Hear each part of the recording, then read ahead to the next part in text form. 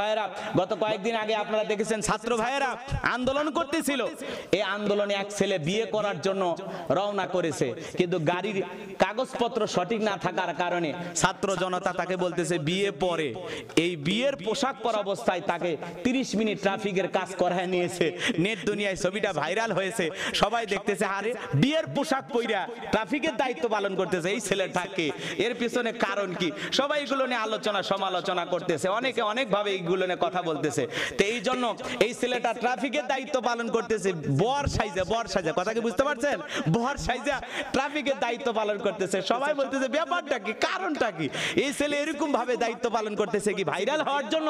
পরিশেষে বোঝা গেল যে প্রাইভেট কারে চড়ে যাইতেছে, তার কাগজপত্র সঠিকভাবে দেখাইতে পারে নাই, এই জন্য শাস্তি স্বরূপ এই বরকে দিয়ে 30 মিনিট ট্রাফিকের দায়িত্বের কাজ করে নেওয়া হয়েছে। ট্রাফিক হিসাবে সে দায়িত্ব পালন করেছে। এই জন্য বাংলাদেশের অনেক ভাই বোনেরা ট্রাফিকের দায়িত্ব পালন করতেছেন। বিশেষ করে আমরা বলবো যে সমস্ত বোনেরা ট্রাফিকের দায়িত্ব পালন করতেছেন, ছাত্র জনতা আমার বোনদেরকে আমরা অনুরোধের ভাষায় বলবো আপনারা আপাতত ঘরে ফিরে যান।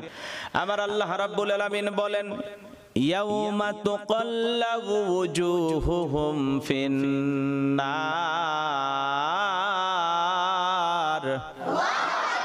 আমার আল্লাহ রাব্বুল আলামিন বলেন যেদিন তাদের মুখমণ্ডল গুলোকে জাহান্নামের আগুন দিয়ে পুড়িয়ে ওলট পালট করে ফেলা হবে। ইয়াউমা তুকাল্লাবু ওয়ুজুহুহুম ফিন্নার, সেদিন জাহান্নামের আগুন দিয়ে মানুষের চেহারাগুলোকে পুড়িয়ে ওলট পালট করে ফেলা হবে। কাদের চেহারাগুলো জাহান্নামের আগুনে পোড়া হবে? জাহান্নামের আগুন বড় কঠিন জায়গা, জাহান্নাম সুখের জায়গা না, এটা হলো যন্ত্রণার কারখানা।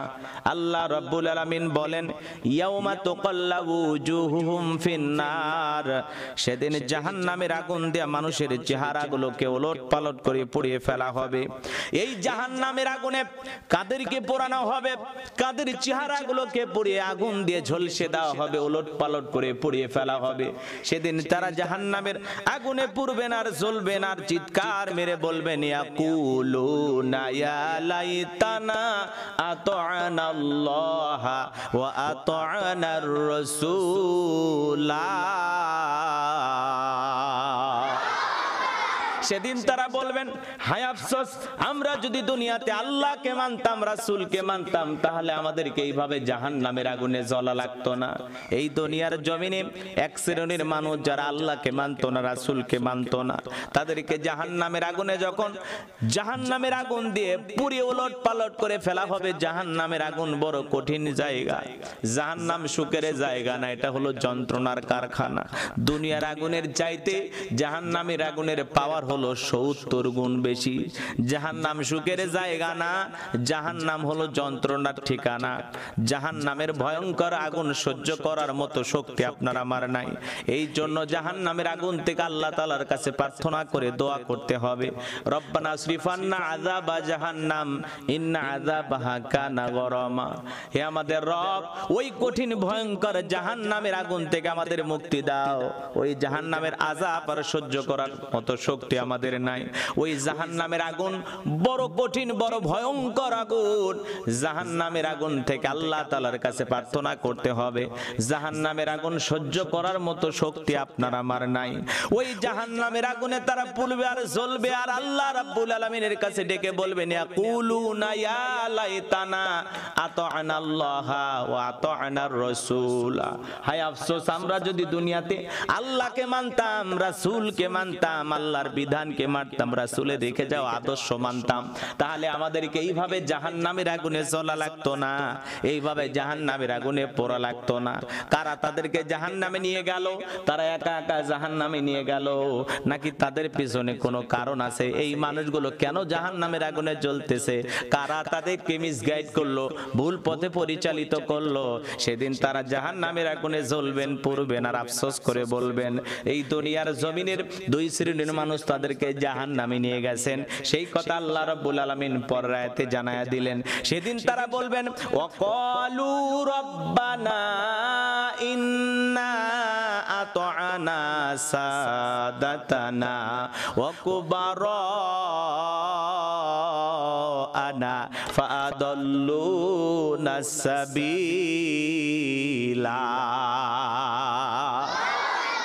সেদিন তারা বলবেন, হে আমাদের রব, হে আমাদের প্রতিপালক, হে আমাদের রব, দুনিয়ার জমিনে আমরা নেতাদের কথা মানতাম, বড়দের কথা মানতাম, ওরা আমাদেরকে পথভ্রষ্ট করে গোমরাহি বানায়া জাহান্নামের আগুনে নিয়ে আসছেন। তাহলে দুই শ্রেণীর মানুষ, তাদেরকে জাহান্নামের আগুনে জ্বালাবে। আমি নবীজিকে নামাজ আদায় করতে দেই নাই। আজকে মক্কা বিজয়ের পরে নবীজির হাতে মক্কার ক্ষমতা, আজকে মনে হয় আমার জানটা চলে যাবে, বাঁচার আর কোনো উপায় নাই। মনে মনে আফসোস করতেছেন, টেনশন করতেছেন। বিশ্ব নবীর কাছে উপস্থিত হয়ে গেলেন। নবীজি তখন বললেন, ও ওসমান ইবনে তালহা, মক্কার কাফেররা খানায় কাবার চাবির দায়িত্ব তোমার কাছে দিয়েছিল, মক্কা বিজয়ের পরেও খানায় কাবার চাবির দায়িত্ব আমি তোমাকে দিলাম। সুবহানাল্লাহ। নবীজি কেমন মহামানব ছিলেন।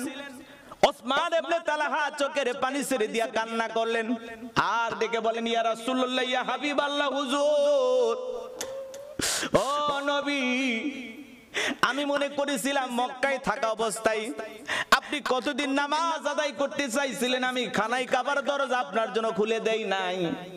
আজকে মক্কার পাওয়া রাজত্ব ক্ষমতা আপনার হাতে। আমি ভেবেছিলাম নবী গো, আপনি হয়তোবা সেই দিনের প্রতিশোধ গ্রহণ করে আমাকে দুনিয়ার জমিন থেকে বিদায় করে দেবেন।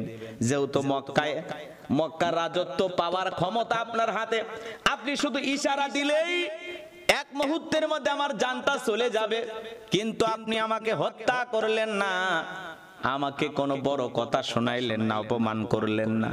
নবী গো, যেই ধর্মের নেতার ব্যবহার এত সুন্দর, আমি আর অন্য ধর্মে থাকতে চাই না, আমি এখন কালেমা পড়ে মুসলমান হতে চাই।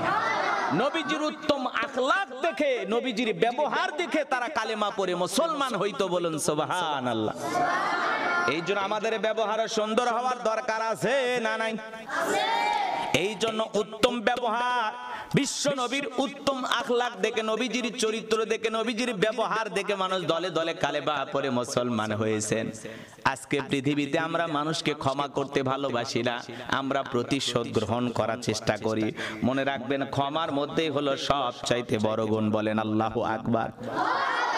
আপনারা ডিবি হারুনের নাম শুনেছেন, কি ভয়ঙ্কর নির্যাতন করতেন, মানুষকে ধরে নিয়ে যায়, কোনো অপরাধ নাই, কোনো অপরাধ নাই। ডিবি হারুন মানুষকে নিয়ে যান, নির্যাতন করতেন। নির্যাতনের ভয়াবহ দৃশ্যের কথা মানুষ এসে এখন আলোচনা করে বলতেছেন। ডিবি হারুন সাহেব ধরে নিয়ে যে এমন নির্যাতন করতো, সেই লোমহর্ষকর বর্ণনা মানুষ এসে দিতেছেন। ডিবি হারুন সাহেব নিয়ে যান, আসিফ মাহতাবকে নিয়ে যান, ব্র্যাক বিশ্ববিদ্যালয়ের একজন শিক্ষক, প্রফেসর,